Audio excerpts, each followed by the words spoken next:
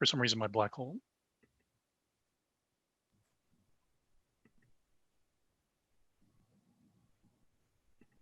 Go ahead, Don. Good morning. I'm Don Seitz of the Princeton Entrepreneurship Council. PEC and the Department of Athletics have collaborated often on programming involving Princeton's alumni athletes. That's because athletics, innovation, and entrepreneurship are terms often used in the same sentence.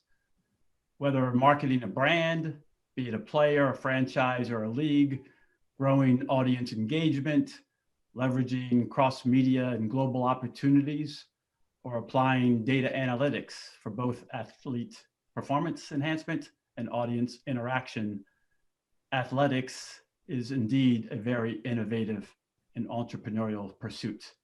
Today's format will include about 40 minutes of conversation, followed by 15 minutes of audience Q&A. To submit a question, please use the polls feature to the right part of the window on your screen, and you can both submit and upvote questions. With that, it's my distinct pleasure to introduce Molly Marcoux Saman, class of '91 and Princeton's Ford Family Director of Athletics. Welcome, Molly.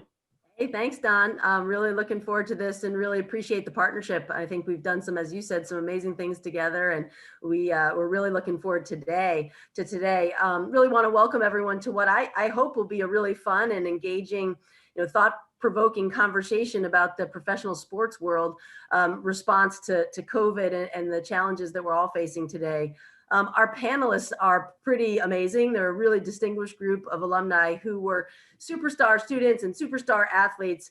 In fact, as I was preparing for this, I was just thinking, wow, this is sort of the Hall of Fame of Princeton student athletes. So I think we're in for a real treat there. But they're now all engaged in the professional sports world in different capacities.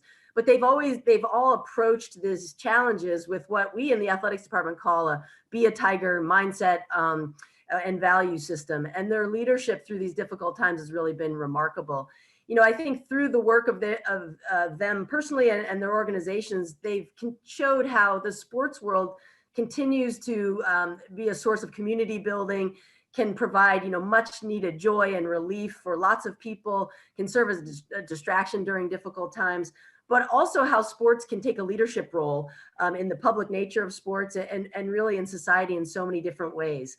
So, the Women's National Basketball Association, the United States Golf Association, Major League Baseball, and the Premier Lacrosse League, all of whom are represented by our panelists today, all tackled these challenges of COVID and really the nation's call to action around some of the societal racial injustices. And we're going to focus on both the leadership and the innovation required to succeed in these challenging times.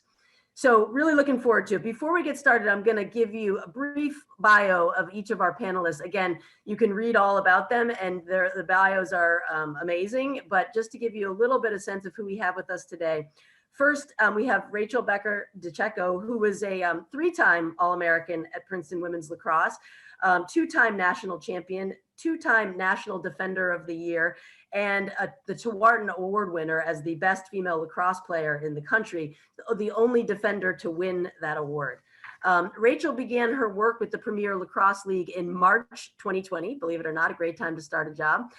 She was formerly the senior vice president of the Women's Premier Lacrosse League and the COO of the WPL Foundation. And she played a major key role in launching of the league. Next, we have Blake Dietrich, a class of 15, who was both a basketball and lacrosse student athlete at Princeton. Now just finished the season with the Atlanta Dream as a WNBA player. At Princeton, she was a three-time Ivy League champion, two-time first-team All-Ivy, honorable mention All-America, a unanimous Ivy League Player of the Year, and captain of the amazing 30-0 team that we all remember and cheered on in 2014-15. This year was her third full season in the WNBA. She's also spent time in Australia, Greece, and Italy playing. She played most recently in reserve role, but had a few starts at point guard, set the franchise record for three-point field goal percentage this season. Way to go, Blake. And just started a job with Nike in product development the day after leaving the bubble. So we'll have a great conversation there. Next, we have Stu Francis, the class of 74. At Princeton, Stu is a two-time Ivy League champion, All-Ivy, All-American on the golf team. He's the managing partner in his full-time role in life at Evercore, a global investment banking advisory firm. He helped lead the group of donors to endow our men's head coach position in 2013, which we're grateful for. And he's been a part of the USGA Executive Committee for the last 5 years, serving on the Compensation, Equipment Standards, and Governance Committee, in addition to 4 years as chair of the Championship Committee. So this year is Stu's first year as the USGA president, elected in February, also a great time, Stu, to take over, as part of a 3-year term. So we're going to hear a lot about the USGA today. And last, we have Will Venable, who you probably all know, class of 05, now the third base coach for the Chicago Cubs. But at Princeton, Will was a first-team All-Ivy in both baseball and basketball. He was selected by the San Diego Padres in the 7th round of the 2005 MLB draft. He went on to an 8-year MLB career with the Padres, Rangers, Phillies, and Dodgers. He was named the Padres team MVP in 2013, also not so bad, Will. Joined the Chicago Cubs in 2017 as a special assistant to the president of baseball operations. This season was his third as a Cubs coach, first base coach in 2018 and 2019, and a third base coach in 2020. So right in the middle of it all. So again, thank you, panelists. I'm really excited to have you. So let's just jump right into it. So, let's go back to March and the impact and the severity of COVID on professional sports. Obviously for us at Princeton Athletics, it was one of the most difficult times with canceling the spring season, canceling our postseason for our winter teams, and really just the heartbreak that came along with that. And I know that, the evening that the Ivy League was the first Division I school to cancel athletics, that evening the NBA shut down, and by that Friday, all of college athletics, and over the course of the next several days, most of all of professional sports was shutting down. So Stu, I'm going to turn right to you. As I said, you were named the USGA president in late February. What a time to step into that role. Can you first give a sense of your role as the president of the USGA, as some people may not be fully aware of the structure of the governing bodies? Sure. Thank you, Molly. And it's a pleasure, I think, for all of us to be on this panel. So we're looking forward to the discussion. So the USGA, in a nutshell, is the governing body of golf. And it's the governing body in the US and the Americas. And then together with the Royal and Ancient Golf Club of Scotland, we collectively govern the game worldwide. And what that means is we set the playing rules, we set the equipment standards rules, we set the handicapping rules, and we set the amateur status rules. And then in addition, we conduct the US Open and 13 other major championships, US Open, the Women's Open. And then the final bucket, I'd say, is we really champion the game. We support the First Tee program. We support many programs that work towards greater participation in golf. And frankly, you certainly could claim that's working this year, because rounds of golf are up almost 45% since COVID was inflicted upon the US. I guess the last thing I'll say about the USGA, we're a nonprofit. We're about 225 million in revenues, and we generate that each year. The vast majority comes from broadcasting rights in the US Open, and then we reinvest it in the game. Awesome. So stepping into this role, obviously you have a very successful and very busy career yourself, and then stepping into this role as the president right before COVID hit, how did you approach that crisis situation, and what did the first sort of month look like for you, or first 2 months on the job? Well, the first thing we did was we almost had, I'd say, conference calls every 2 or 3 days, probably like every organization, to figure out what to do. The first parameter was clearly to keep the staff safe, healthy, and frankly employed, because we have a lot of uniquely skilled people that would be difficult to replace. But then the real question we had was, how can we conduct our championships? And if we have to prioritize, how do we prioritize? With clearly the US Open and the US Women's Open being the two major championships that we've really felt we had to conduct. And then we figured out from there, how could we do it?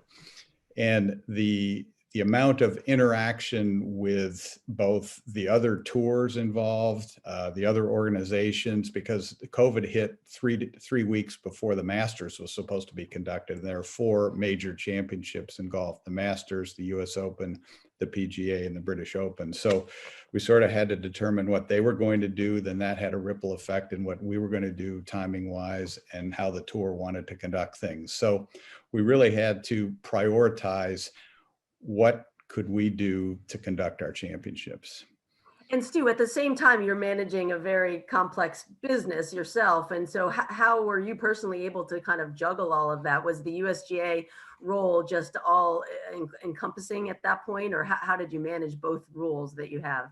It was pretty busy, I would say. I mean, it's, as everyone probably on this call knows, it's not easy to balance, sort of charity work with your day-to-day career. The one good thing about the USGA is when you're working on either the US Open or things for the Women's Open, and then you can't make a business call, you can say, look, I have a conflict, I have a call on the US Open. It's not like you're going to play golf with your friends. They sort of get the priority level, and then they see you on TV and say, I get it, I'll be flexible. But it took some real time management to handle it. Having said that, I think the senior leadership team at the USGA drove a lot of the key decisions, with me being there and the executive committee being there to sort of sign off on them. And how were those, last question for you, Stu, how were those relationships with the other major tournaments, and how did everyone jump in to try to really solve a problem that nobody had faced before, and thinking about moving the tournaments, and how did that process go? Well, it was almost like a Rubik's Cube in figuring out what could work. We had to determine when could the tour safely relaunch its regular PGA Tour tournaments. Then when could the Masters move, and to what date? And they really couldn't move to the summer because the golf course is too hot in the summer. The US Open moved from June to September. And one of the most interesting questions on that is, how much daylight do you lose from going from June to September? And the answer is over 2 hours per day, which wouldn't have allowed us to have as many players in the US Open as normally, because they wouldn't be able to finish during the day for the first 2 days. So then we had to determine which championships should move off the tour so that they'd make room for the US Open, and the same thing for the US Women's Open. The US Women's Open is coming up in December in Houston. And we were at least fortunate that we could get it in, and it was in a more southern climate. The US Open was at Winged Foot in New York, and the late September timeframe was about the last period that we could really be comfortable with. So we worked with all the other governing bodies, put down a chart which showed what are the possible dates, what are the hours we could do it, and then we finally came up with a conclusion. It was unfortunate because for the Royal Ancient Golf Club, the British Open wasn't able to be played because they ran out of good weather. We had the September date, and they had to just postpone or cancel it for the year, which was pretty tough for them. So yeah, has that ever happened conducted before? the US Open for 125 years. Yeah, I was gonna say, has the British Open ever been canceled? It did, yeah. But it hasn't. No, never before, first time ever. Yeah. So they were pretty disappointed, but we ran out of dates that could work.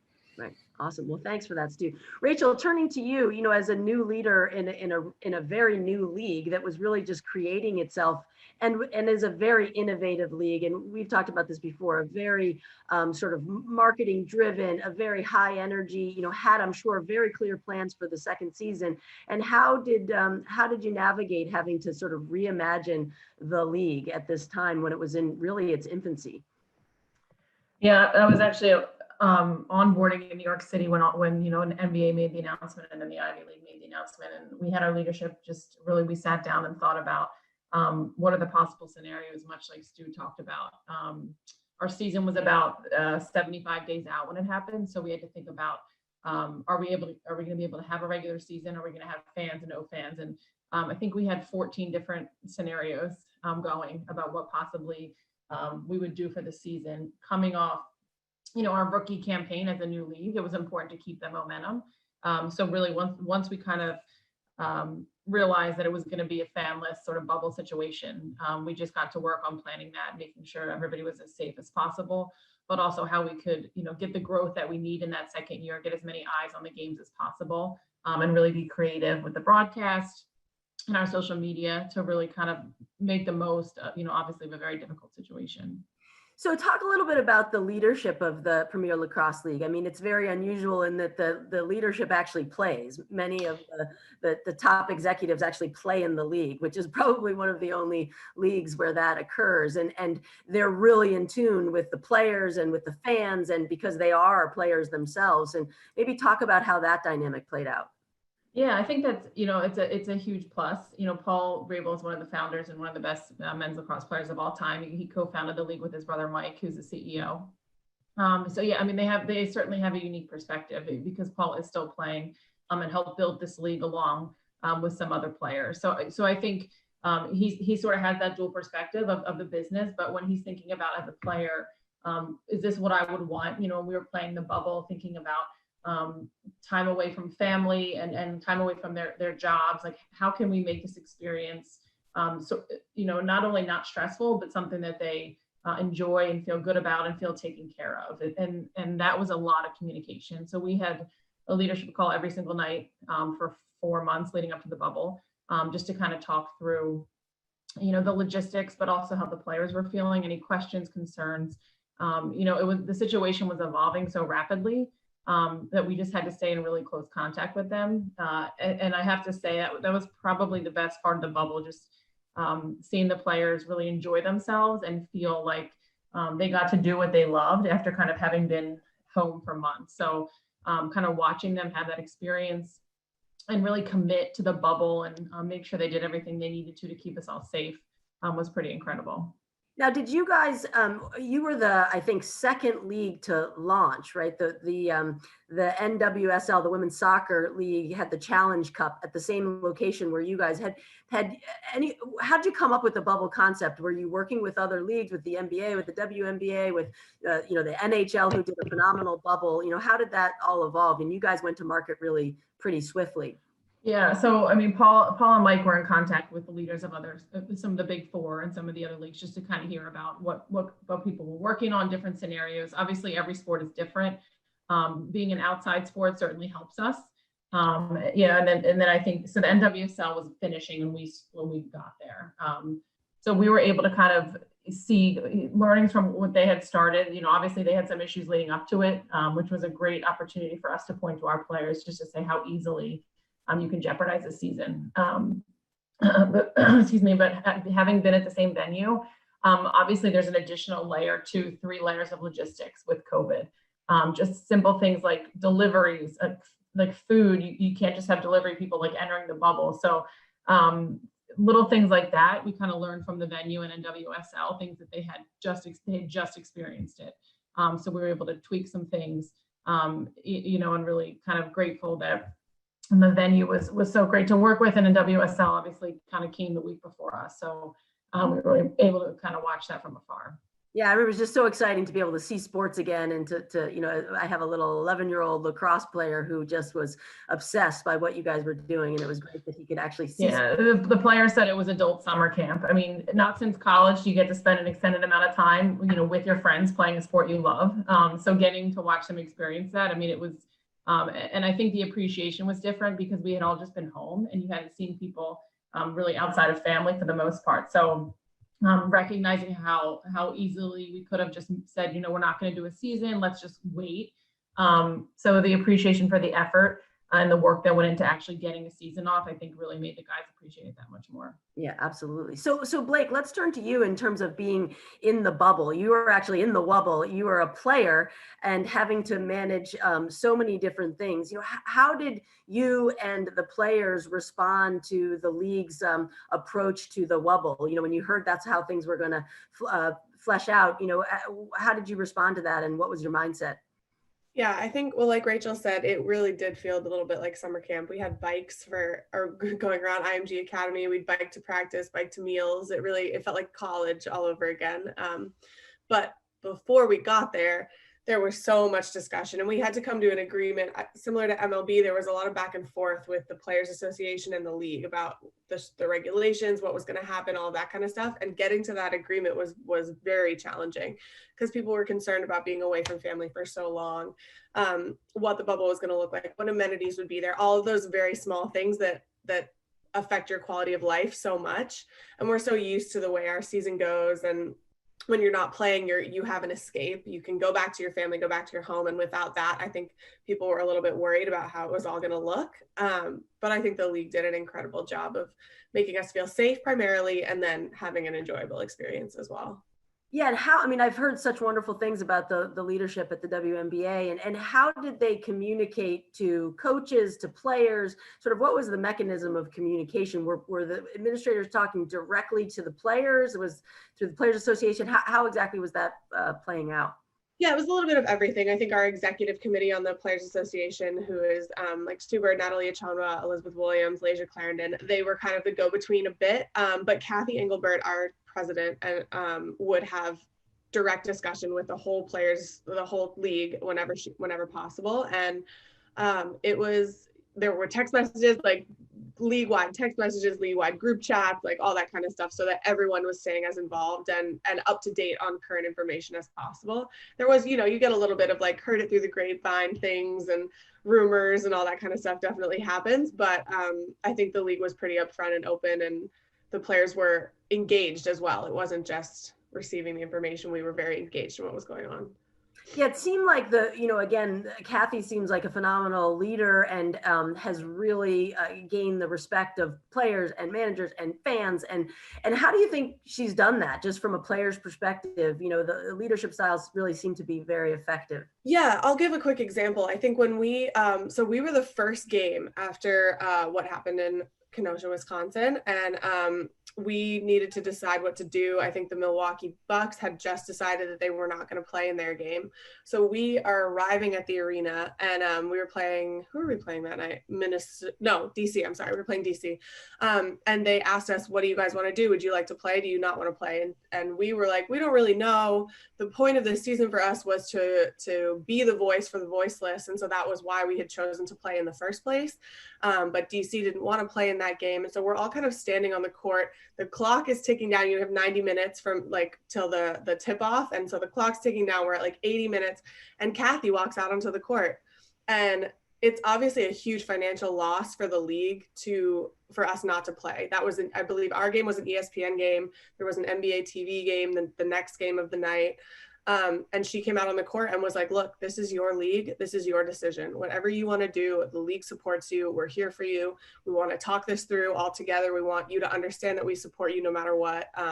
So that was really incredible. It was like a town hall kind of discussion, and we all had a say, we all had a voice, and she wasn't insisting on anything, even though she knew the league was going to take a loss, because she understood that the whole season was about being bigger than sport and greater than basketball. And yeah, so that meant a lot to me. I think it meant a lot to most of the other players.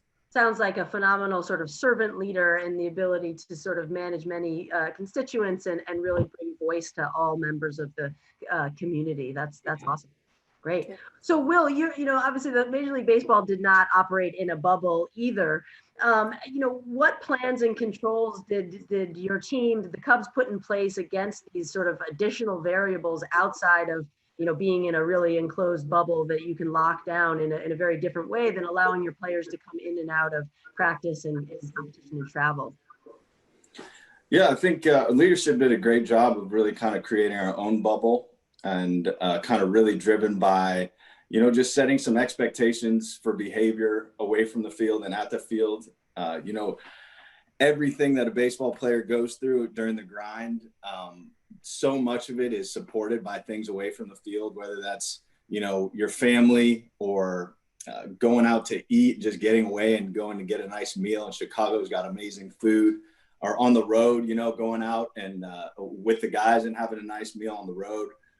Just really important things, especially with guys that are in the prime of their lives, really enjoy doing as baseball players.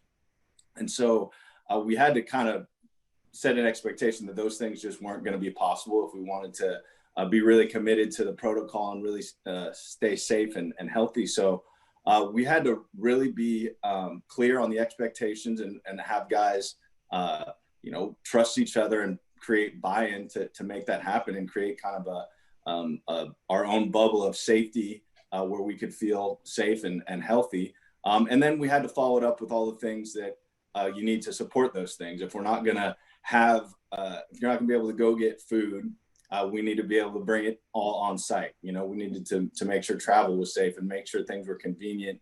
All the food was at the hotel. We had rooftop availability at the hotel where we were on our own without any other people. So the team did a great job of kind of supporting these guys with the things that they needed, even though really the main point was to, creating an expectation for behavior away from the field and at the field to kind of create our own bubble of safety. And were there any specific challenges with that? Did the players really buy into it? And how did they approach and Blake, maybe we'll come back to you on this too. How did they approach their own performance? I mean, we work in Princeton Athletics all the time about sort of holistic performance for our student athletes and giving them the right environment to reach their peak potential. How did the club approach that, and really Major League Baseball as a whole, knowing that there are all these distractions and their bodies and their minds are so important to their success because they have to go on the field on a national stage and perform? And was there a specific way that the club approached that?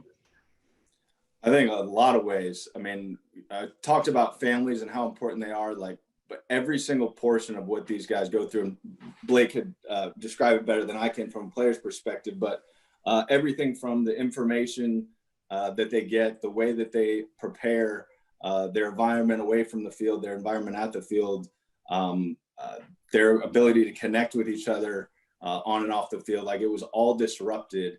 And so we had to be really efficient, in how to support them. And I think that's kind of what the silver lining in all this will be, is that the most efficient ways to do that in these problems that, maybe weren't given enough, attention in the past are able to kind of come to the forefront, mental health stuff, all kinds of stuff that we just really had to lock into because these guys weren't supported in the ways that they had previously been supported.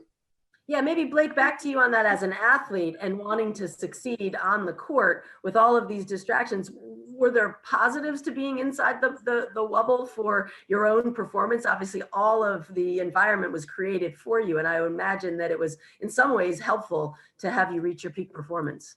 Yeah, it was a grind. I have joked that I turned 30 this summer. My body turned 30 this summer and I'm 27, so that'd be a big jump in 1 year.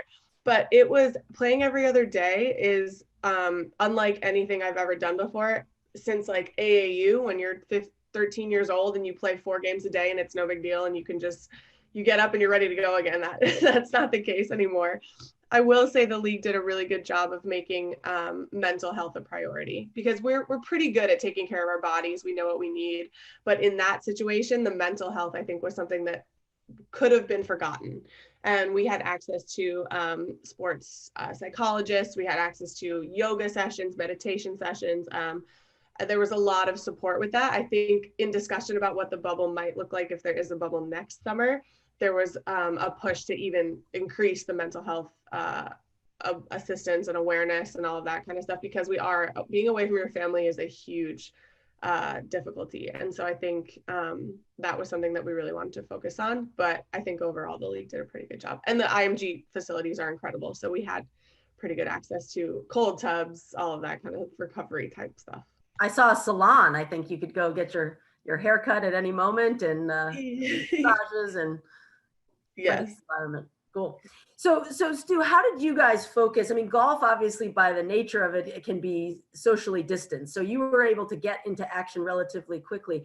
But what experts were you leaning on, and how did you approach the health and safety of not only the athletes, but all of the supporting team around the team, as we call it? Sorry, Stu, you're muted.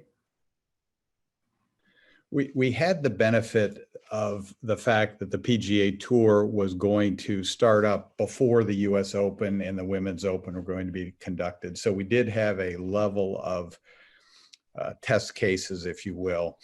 And we really did try to follow to a reasonable extent the protocol implemented by the tours. because the players had gotten comfortable with that. As Blake said, as Will said, everybody was comfortable with how the leagues were conducting things. It's a little different in golf in that A, you don't earn a salary. Whatever you make by your performance that week. And B, you're not on a team, you're an individual. So you can make any decision you want. And if you don't want to go play that week because you're not comfortable, you just don't do it. So we had to sort of replicate how the tours did it, which we did. We used the same testing procedures, et cetera. But the little logistics were interesting. Like we created our bubble for the week at the US Men's Open in Scarsdale. And we had one hotel that was lined up. It was going to be only for the US Open. And then 3 weeks before the US Open, they went bankrupt. And then we got another hotel lined up, and they were good for a week, and then they went bankrupt. So we literally had to do 3 hotels. The third hotel was just a Marriott, which did okay, but that was our bubble for the week. And they had a Ruth's Chris steakhouse there. So everybody went there every night for dinner. But we captured everyone in that bubble. They were permitted to go other places because you have to, the hotel itself was about 30 minutes away from the golf course. But it's a little different than a team in that each person can make their own choice as to what they want to do. But it did ultimately work out. We did testing every day, temperature testing every day, things like that.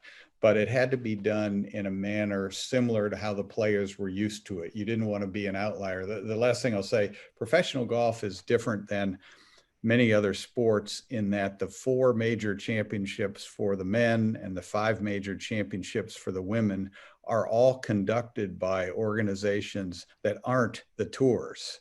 Right. And so it's a little awkward for them. If you were the athletic director of Princeton and every league championship was conducted without your input, it wouldn't be that comfortable for you. Well, the tour is never that comfortable with it. They know us well, but we really had to interact. And what we tried to do is follow all of their protocols.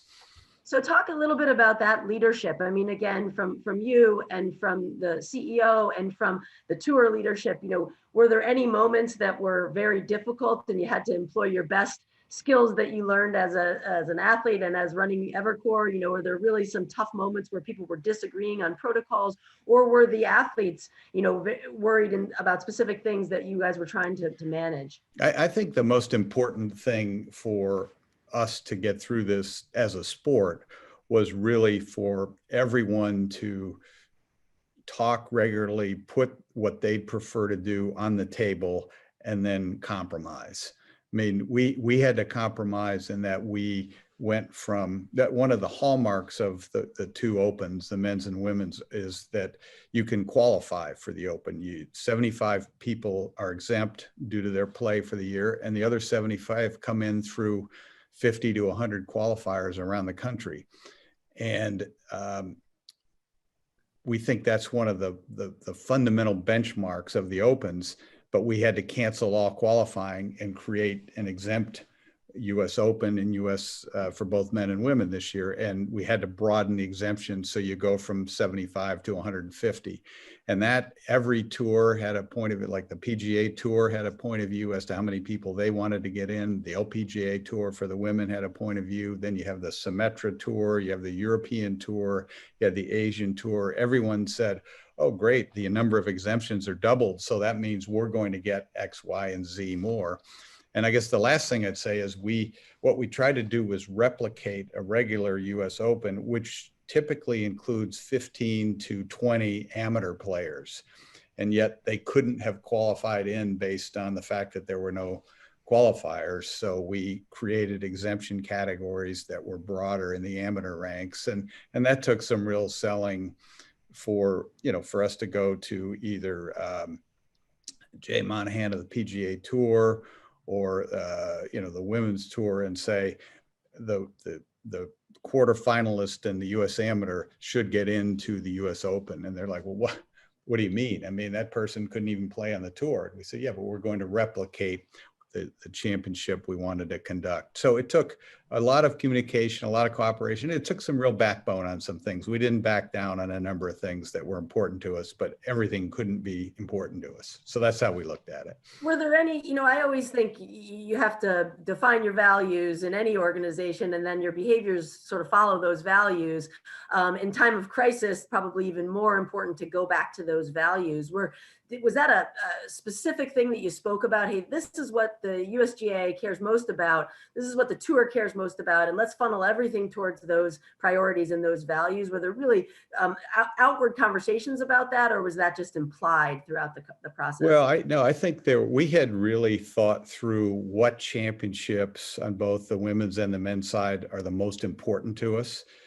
And, we have 14 of them, and we only are conducting 4 this year. So that pretty much tells you we're doing the men's and women's open and the men's and women's US amateur, and that's it. So the other 10 championships, we said, look, as important as they are, and the US junior boys or US junior girls have been played for 90 years, we have to cancel it for this year. And that was very tough to do. The staff, you have a person, just like we have a head coach for whatever sport, the person who's the leader for that championship says, do you mean to tell me, I'm going to be canceled this year? But we really had prioritized sort of what are the most important activities we need to do, and how can we do them superbly? And the last thing I'd say in that is, we recognize that the women's open and the men's open are by far the high visibility events for the USGA and for the tours. And if we didn't get those right, it was a huge reputational blow to us. And so we said, we have to do everything possible to do those well. And if that means cutting other championships, so be it. And that's what we did. And I was very proud of the staff for having the ability to make that decision. You wouldn't say it's like, we have 37, 38 sports, 35 sports at Princeton. If you said, well, this year we can only play 3, right. That wouldn't be easy. No, that wouldn't be easy at all, nor would we have. I could, hopefully that will never happen, but it was a very hard set of decisions. Yeah, absolutely. So Rachel, going to you, and how did sort of technology play into the PLL, and were there any sort of pivots that you had to make to utilize different technology at the moment that the league was sort of kicking off? Yeah, I mean, technology played a huge part in keeping us safe. So, there needed to be some healthcare information collected daily. So temperatures, symptoms. So we worked with a company called OutSystems, who actually built out 2 apps for us. One was a temperature app, and one was health symptoms. So leading up to departure 2 weeks before, people started to enter in their daily. We're all doing it now every day with wherever we're going. It's part of our life, but then it wasn't. So they had to answer questions about how they were feeling, and then anything that was flagged for the physician required follow-up. So being able to aggregate and capture that data real time was huge, because obviously, we had a bubble environment and we had pods by team. And one of the key components of our plan was that until training camp was over, we didn't want pods to cross, because once you cross pods, if somebody is infected, it would take out, not 1 team, but 2, 3, 4 teams. So having that data live, if there was an issue or somebody's temperature was high, we could address it immediately, isolate that person if need be.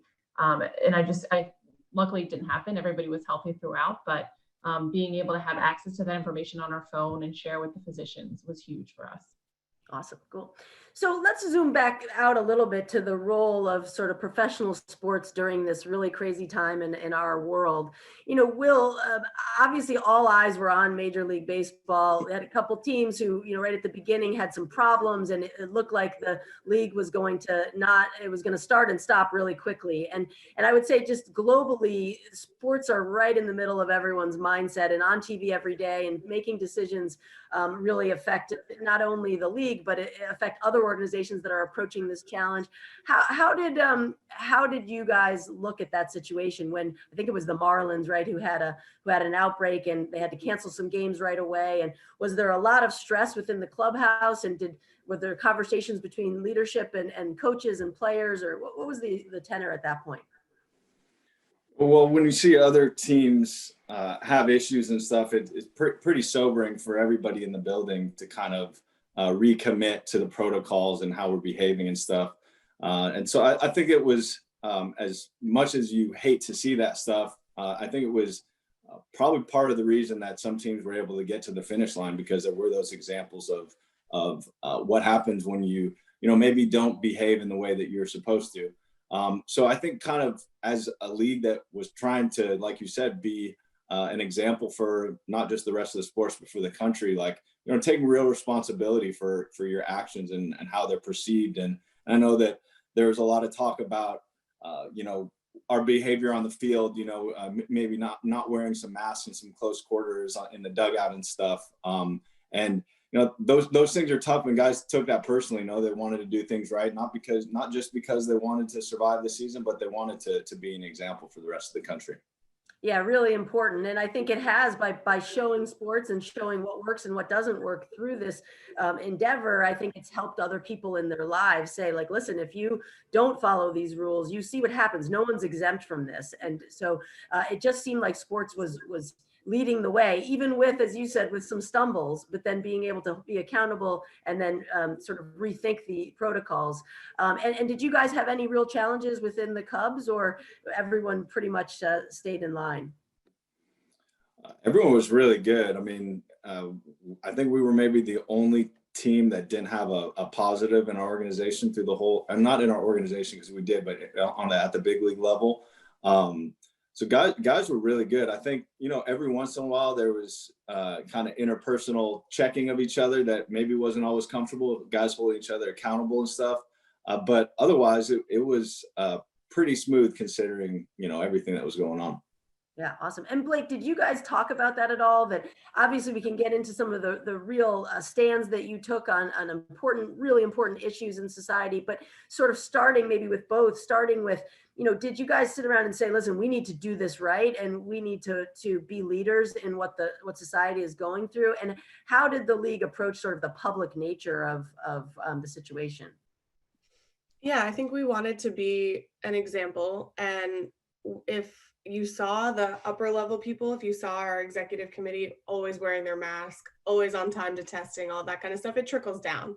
So even though there were players who entered the bubble and maybe were not super excited about the idea of it, you just you bring those people along as long as everyone else is bought in. And then in terms of the social justice aspect, we had such a unique opportunity having every team in the same place. I think it made that part of the season so much more powerful and so much stronger, because if we were in all our different cities, it wouldn't be the same, and we wouldn't be able to create that unified message as easily. So I think in that aspect, when our season became about so much more than basketball, having it in a bubble was an incredible opportunity, and I think we took pretty good advantage of it.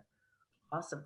So, and Stu, just with your dual role in life and the public nature of the decisions that the USGA was making, as well as obviously the PGA and the LPGA and the major tournaments, did that enter your mind? Sort of, oh wow, I'm in the middle. I'm going to be handing out that trophy. If this doesn't go well, this is very different because people are watching. As you said, rounds of golf are up. The way that the professional golf has sort of provided some happiness and joy to people on Sundays. The championships. How did you approach that just from your own mindset? Well, there's no question that its visibility has its positives and its negatives. And I personally was well aware that if the US Open didn't go well, it was going to be a challenge for myself and my day job.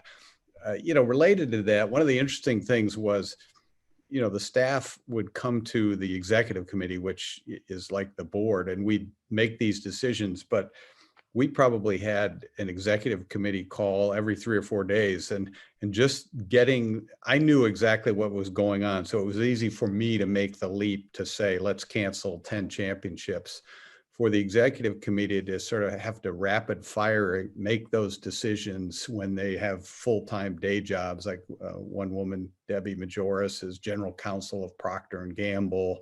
One fellow is the chairman of the Federal Reserve Board of Richmond. And I was asking them to meet on 3 hours notice for 3 hours to make fundamental decisions when I had the background that they didn't have. And I was very worried about losing support of the executive committee because they didn't sign up for a full-time, not-for-profit board role in addition to their day jobs. But we were able to get through that. But I think every person on the committee, including myself, did worry about, if we don't conduct the US Open and the Women's Open well, how does that reflect on us? And, but it's like anything in sports, you have to execute. Right. You prepare yourself for the moment, and in the moment you have to deliver. And that's how we looked at it. And we have delivered. And I think we will down in Houston for the Women's Open. But it's balancing the public role of a visible sport and your regular role in whatever work you have is tricky because it does spill over. Yeah. And I think so many people, as I said, so many people were looking to the sports leagues to figure out COVID. There were no answers to any of this. No one knew exactly how to manage this. We were in a situation where no one's ever been through it before. And so really looking towards all of your leagues to say, how can we live in our own lives, and how will this work? And so really grateful for everyone's work. I know we have some questions in the chat. And so Don, I don't have access to those questions. I don't know. Do you want to ask those? Absolutely. One question specifically for Will comes from a guest whose favorite ballpark is Wrigley Field. So the question for Will and certainly for others is, how has the absence of people in the park, other than maybe the outsiders along the perimeter of Wrigley Field, affected play, the intensity of play, the strategy of play? And do you think any rule changes that surfaced in the 20 continue into 21? Great question. Will. Yeah, great question. As far as strategy wise, without the fans, I don't think that it changed much, other than like Blake was saying, you could hear everything. So it definitely changed the dynamic of just the acoustics of the ballpark. And obviously energy wise too. I think especially in Chicago, Wrigley Field is as energetic a building as there is in probably as all of sports. And some of these guys really thrive on that. They really enjoy being entertainers and playing in front of an amazing, energetic crowd. So I think that was another challenge where the environment was different, where guys had to figure out new ways to get motivated, especially in baseball when you're playing every day. Sometimes you need a little boost from the fans, and guys didn't have that. So that was definitely a big difference. I think the rule change, I really liked the extra inning rule, where you started a runner at second base to really get through the extra innings more quickly. Really, really tough on some guys in the bullpen where they get taxed, and you have to make some roster moves and get guys out and send them down when they usually, to no fault of their own, when it's just kind of a roster crunch and they're victims of that. So I think kind of for the integrity of the game, that's a really good one. And then I don't know what they're doing with the DH, but I like the DH too. So there'll be a couple rules that stay, but I thought they did a good job in making some adjustments. Great.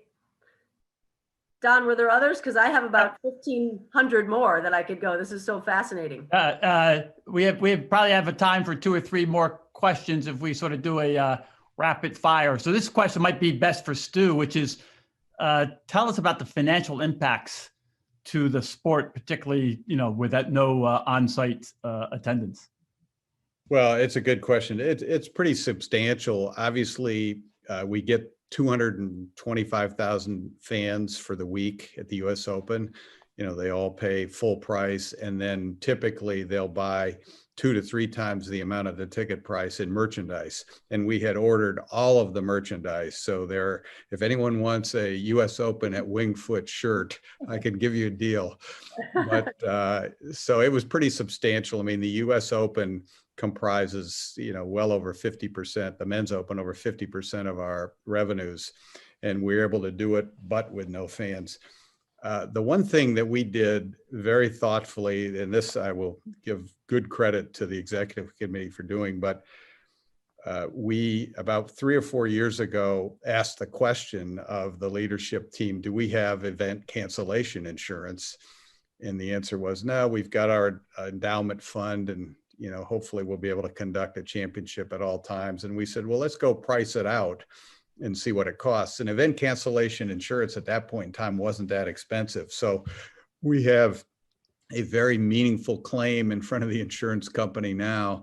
It won't pay us back for everything that we've lost from the year, but we're financially solid. So it's like we hit it in the rough, chip out, and move on. Right. But it had a huge impact, is what I'd say. Now, the one thing from a positive standpoint is we did make the decision to first of all stop the build out that we were doing at Winged Foot Golf Club in June for the Men's Open.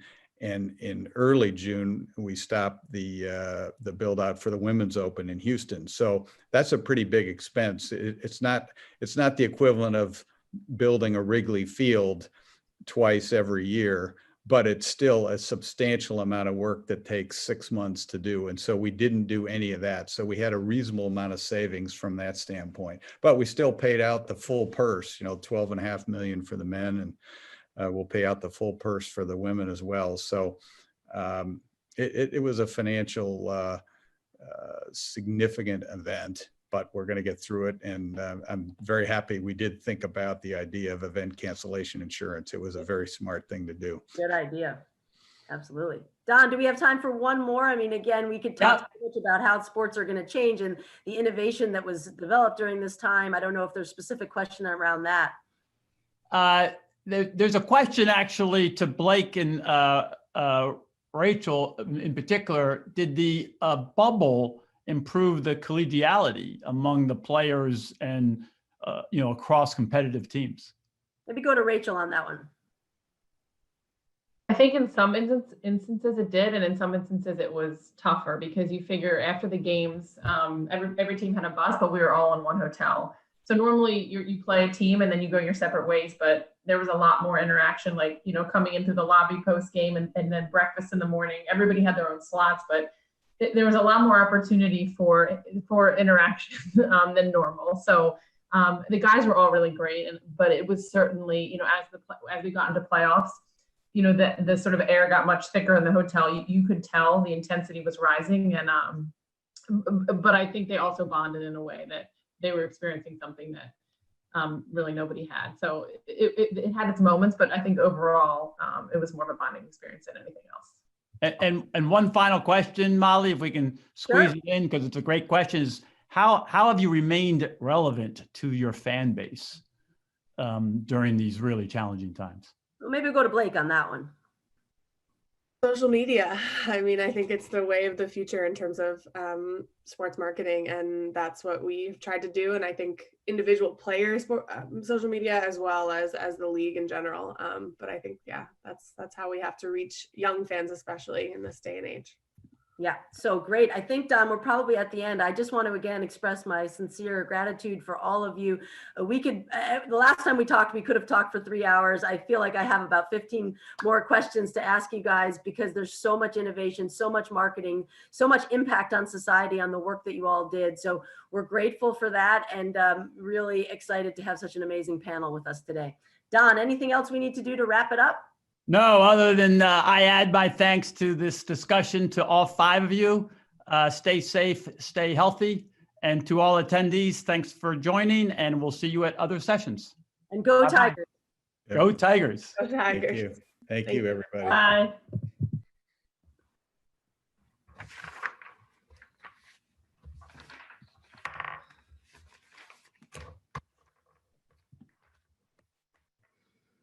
Are we still?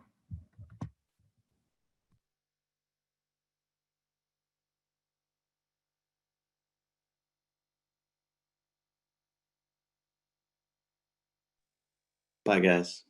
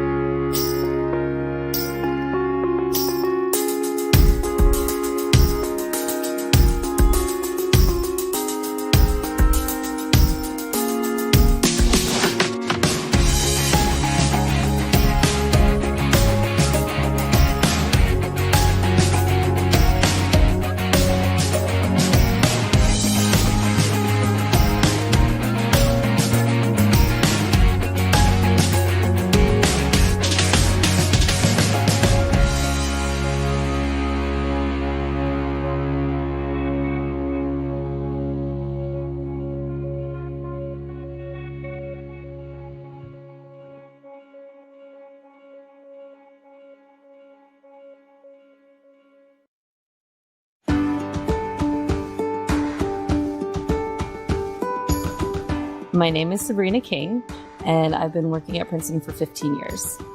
I am a 2001 graduate of Princeton. Every year that I spend at Princeton, you realize the depth of how much goes into running the university and making the student and the student athlete experience really great. I mean, on my day-to-day, really all I'm doing is trying to make the student athlete experience a fantastic one.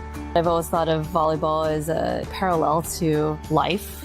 One of the more important things that we teach is that it's okay to fail, and if you can fail forward, then you can achieve things that are greater than if you never failed at all.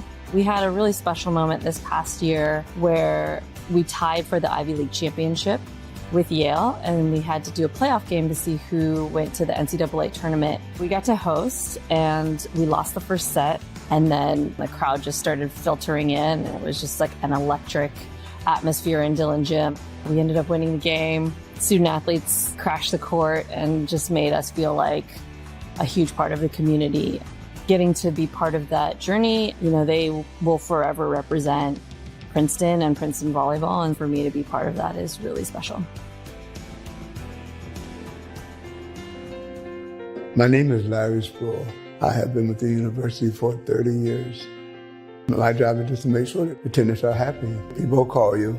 Mostly it's like, my heat's not working, you know, so those are emergencies that we have to respond ASAP. There are a lot of people that I deal with from other countries, and what really makes me feel great is when they do go back and they'll send me a postcard and they say, Larry, you won't believe this, a group of us were together and guess whose name came up? Your name.